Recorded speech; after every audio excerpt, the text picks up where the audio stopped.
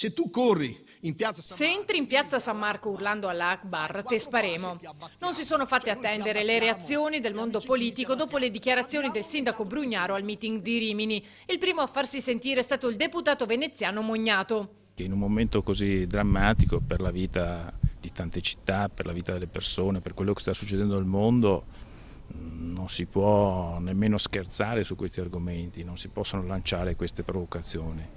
Ci vogliono serietà, razionalità e dalla massima autorità cittadina bisogna pretendere questo. Non è possibile che queste cose si dicano, secondo me nemmeno al bar, e tantomeno in un convegno e tantomeno dal sindaco della città di Venezia. Non si risparmia nemmeno il consigliere pentastellato Scanu. Lui non fa il sindaco, lui fa lo showman, fa spettacolo e cerca di bucare lo schermo, i mass media con queste sue sparate, però fa fare brutte figure a tutta la città, a tutti i cittadini di Venezia. Ma se secondo le opposizioni Brugnaro è stato inopportuno e poco professionale, non è uscito meglio il sindaco di Firenze Dario Nardella, che al termine del meeting di Rimini, incontrandosi col collega veneziano, ha gridato Allah Akbar.